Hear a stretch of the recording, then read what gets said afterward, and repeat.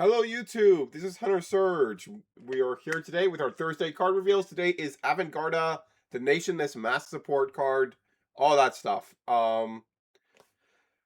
Masks should really use some help. Masks decks feel super clunky these days. So I'm interested to see what this is. So let's get into it. Alright, so first we're going to briefly touch on the cards of the day. So we had Stoicha batch with a grade 2 Blitz order that has Soul Blast 1. Give plus 10k to a unit that's being attacked for this battle. And then also during this battle, you get all your normal units on Guardian Circle get shield plus 5,000. This is a pretty interesting effect. It's just way too underpowered for this. Like, I would definitely take this in like uh um fuck Velno.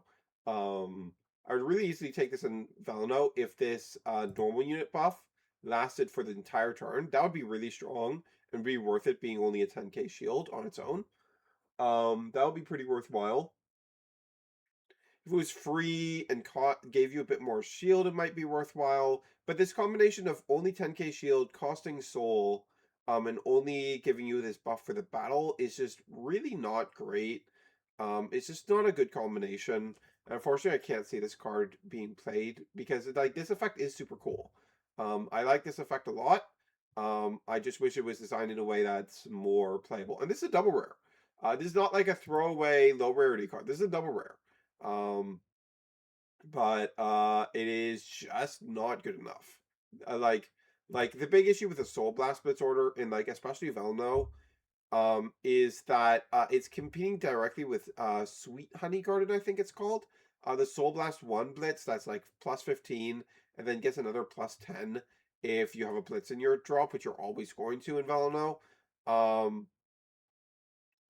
And like I don't know. Even outside of that, if you wanted a blitz, like if you want just a generic blitz in storage, you just run Dreamblade, right? But I suppose you don't have. I don't know. I just can't see any deck choosing to play this. It just is not strong enough. Um, then we have a grade 3, when it's placed on rearguard from drop, and your opponent's Vanguard is grade 3 or greater. You pay EV3, choose one of your Vanguards. During this turn, that unit and this unit get power plus 5,000. Turbo ass, super bad. Not even going to talk about it for a second more. Then we have some Keter cards of days. We have this Rigon. So if you do not have another rear with the same name as this unit and you do not have cards in your G zone, all your grade 3 or greater units with only Royal Paladin in their clan get shield plus 5k. That's like okay, but not enough for like it being its only effect. Then grade 2, front row rear. If you do not have another rear in the front row, this unit cannot be chosen by card effects and it cannot be attacked. Needs to be doing more than that to be worthwhile. Um, and then normal order, grade 3, you counterblast one to play it. You choose and call a face-up card from your damage zone with grid less than or equal to your Vanguard. And then you put the top card of your deck into your damage zone. Just not enough value for normal order, unfortunately. Damage zone toolboxing is cool. But like these days, just getting a card from your randomly generated damage zone is just not very good, and especially not worth a counterblast 1 order. Definitely not worthwhile. All right, so let's get into Avantgarda Masks. So this is the big boy himself, Blue Duster, Sky Rogue, Avantgarda Masks. He's a Mask grade 3, of course, which means you can only ride him on top of a grade 3 Avantgarda. It has the, I believe this is the base effect of the base effects of original Avantgarda with some slight modifications. Yeah, these are basically the same conditions as original Avantgarda. Same effects. You can once per turn, if you have Sword Period in your soul, put a strategy from Ore Zone into soul, draw a card, and this gets power plus 5k. The restand condition is a lot better because it doesn't come from this effect, so you don't need Sword Period in your soul to restand. At the end of its battle, you can counterblast 1, discard a card, and stand it, and it gets drive -1. Also doesn't have to hit or need Persona Ride, so overall much better. And then, as is traditional with the Masks cards, there is this remove effect. So it's at the start of your battle phase. First one of these, I believe that's auto. I believe all of the others have been act. But at the start of your battle phase, you remove an Avantgarda, in a card with Avantgarda in its name, and a different card name from this unit from your hand or soul. You choose and put one strategy with a different name as the strategy put into your soul during this turn from Ore Zone into soul. As far as I understand, this is something that Avantgarda wasn't able to do before, which is trigger multiple strategy effects in the same turn, which is pretty cool. Then we have a new Blue Death Star Battleroid. There was a Avantgarda support a couple sets back, which asked for specifically Battleroids, and the options available kind of suck. So it was pretty obvious that this was coming. And this card's pretty good.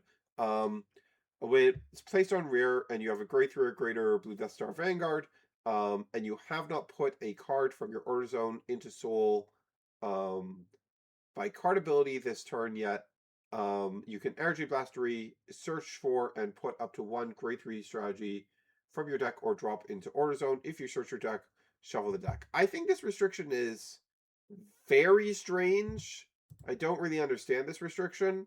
Okay, the reason it sounds so strange is that it's a mistranslation. It's the typical, if you have not put in order zone a card into your order zone by card ability this turn.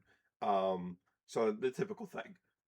You Energy Blast 3, you search your deck or drop for a grade 3 strategy, put into your order zone, and then you shuffle your deck if you search your deck. And then it gets power plus 5k if you have a grade 3 or greater Vanguard with Avantgarda in its card name. So that's pretty all right. That consistency on the search seems really important if we want to be sucking in 2 strategies each turn. And we do get a new good strategy in this set. So we, of course, with new Masks cards, we have the new versions of the mask searching Dragon Tree Wretches. So this is the Brand Gate one. When it's placed on rearguard circle, you Energy Blast 3. You search your deck for up to 1 Masque of Hydragrum. And then on rear, you can act, counterblast 1, bind this unit. Choose a rearguard circle without a Dragon Tree marker. Put a Dragon Tree marker on it. You look at the top 7 cards of your deck. Revealing that up to 1 card with Masks or Griffogilla in its name to your hand.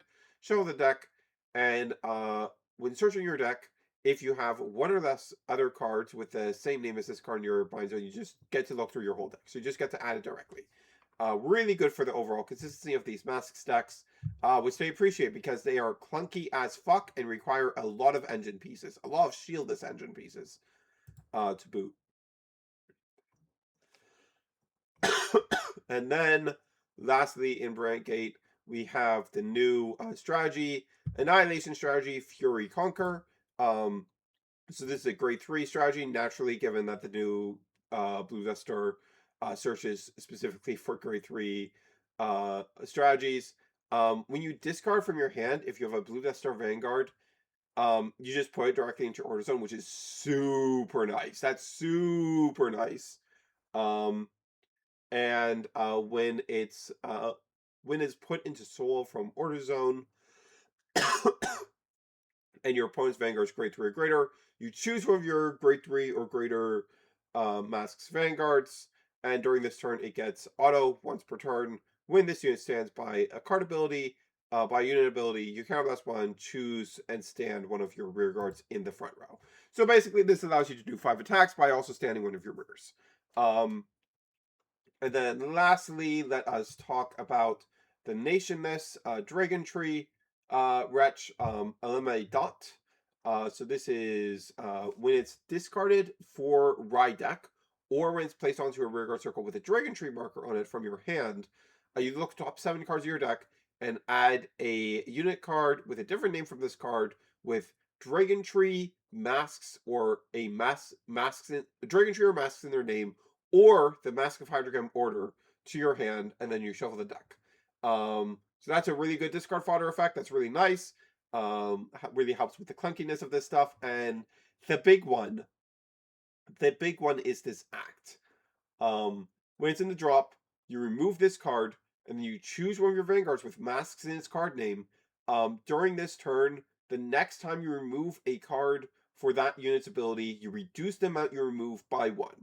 So this gives you like a card that isn't a brick that enables all those remove effects. And that like makes like a lot of Masks cards worth reevaluating.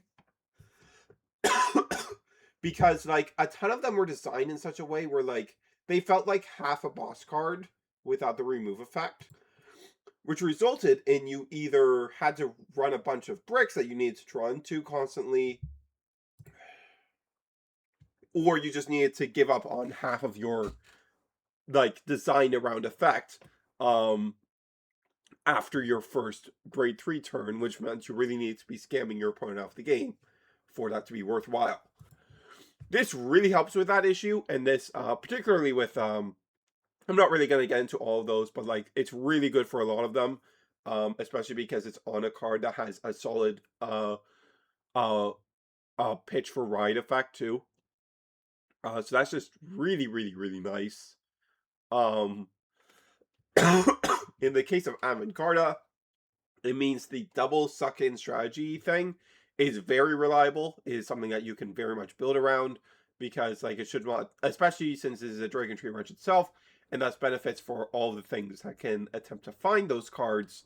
Um, it is much better. It is like much more consistent than like if you had to run base Avantgarda. Like really good place overall. Now I'm not fully familiar with the Blue Death Star card pool, but I'm just gonna go over some stuff that immediately popped out to me.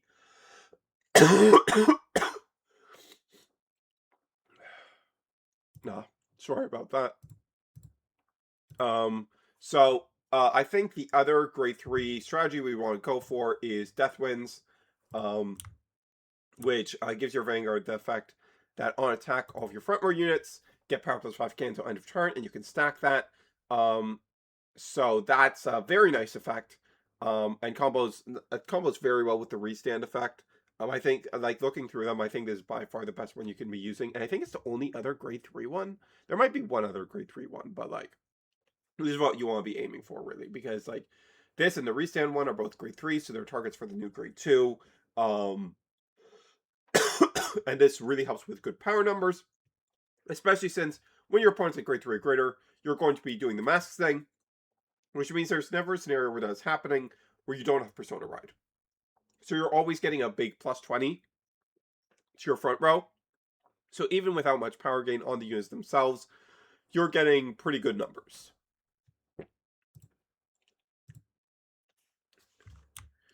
Then we have the support card from DZBT 10. That can EB3 to look top 5 for a strategy or a grade 3 card.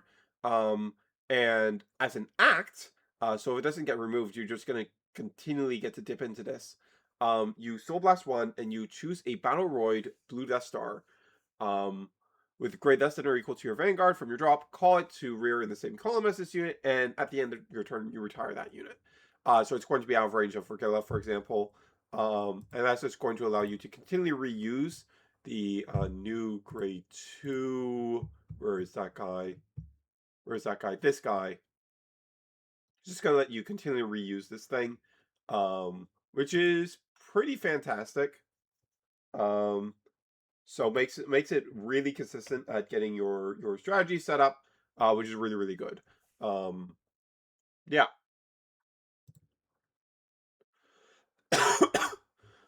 Also of note, I believe the other DZ10 Blue Death Star is like bind it from drop, play a strategy to order zone from your drop, which would also be quite good for keeping your setup going. Then like unfortunately, Blue Death Star could really use a new ride line, to be honest. But unfortunately, with the way the ride line is at current and Brankate really not having great options for a generic one, and you needing to use Sora period, means that you're kind of stuck with still using a grade 1 and grade 2 um, uh, strategy order so that those aren't dead. I believe Kill Shroud is still the only choice for grade 1. It's not bad. It retires isn't too bad to have access to. For grade 2, you have... oh, I didn't pull up the other one. So there's also the new grade 2 strategy order from DZBT 7. Very recent. Just random common we got in that set. When it's put into soul from your order zone, You get one of the following until end of turn. You either get at the end of the battle your Vanguard attacked, if it was the first battle this turn and the attack did not hit, use your deck for a grade 3 or greater Avantgarda, reveal it at your hand, or when your Vanguard would be rode upon, the riding unit would be placed with all the trigger effects your Vanguard got this turn, and all of the abilities your Vanguard got by abilities or strategy cards this turn. So this order was very obviously designed for Richter.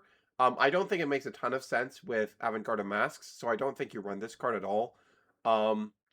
Searching for Persona Ride could be useful enough, but it's not reliable. So like I'm not like a huge fan of it. I think you'd rather just go with the Bomber Strategy Dusting for the plus 10k to Vanguard and completely turning off intercepts and blitz orders. Like intercepts are pretty important in current formats, like with Heartlure's back row intercept, like the 20k shield free shield they get each turn from intercepts, the 15k shield Ezerers that are intercepting. Um, Lots of really good interceptors, and you take away quite a bit of shield value by being able to turn off intercepts. And a lot of big shield blitz orders running around in various decks. So like this guard restrict is pretty strong because it's like completely turn wide. So like I think I'd way prefer this over the new strategy set order as the one you have to run. And like if you go first, like you do still want one of these to be able to play out so that you can still shove something in to base out Avantgarda, yada yada. Um and yeah, that's it for Avantgarda. It looks like a pretty significant upgrade. It lets you completely shed the Richter stuff. The deck will still probably be clunky, and this stuff doesn't impress me enough to think that this will be like a meta strategy or anything. But it seemed that this move away from Richter, and especially with the addition of that Nationless Dragon Tree Wretch, um, probably improves the deck quite a bit. Seems quite nice. I like what I'm seeing here. I do like what I'm seeing here. All right. Um, and then for next week, we are getting the start of DZBT 13 reveals, with two Glowwind Dragon cards, one at triple rare and one at common, and then a Greedon support card at double rare. I find this very interesting because DZBT 12 does still have a couple cards left beyond the ones that we know we're getting in the next Tuesday stream. Which is two Dark States double rares, which is particularly strange because that doesn't read like deck support to me. Because like archetypal like legacy support tends to come in batches of like when it's two cards, when it's more cards, like this doesn't work out so much. But like when it's two cards, it tends to be one triple rare or double rare, and then one rare or common. So two double rares. What that says to me is that it's probably either generics or it's double rare support for one of like it could be double rare support for El Castle that they just held back on revealing until now. But they already did that once with Cards of the Day. I'd be surprised if they did it again, but I wouldn't mind it. I sure wouldn't mind it. And it could be a mix of the two. It could easily be one generic and one El Castle double rare. I sure would not mind if they did that. Like, I really, really would not mind if they did that. I would love to have more Al Castle support. Because it could use a bit of board building support to help it out. So we'll see what those are. I'm very interested in what those are. It could always be legacy support, but it would mean breaking the usual pattern and making the legacy support a double rare legacy support batch, which would suggest pretty high quality. But we'll see. We'll see. Yeah, there's like no rare common slots left in like the entire set. It's interesting. I'm interested to see what those two Dark State double rares are. But yeah, next week we're moving on to DZB 13 because the set comes out in Japan next Friday. So it's time to move on. It's time to get on to the next set. So with that said, this is Hunter Search signing off.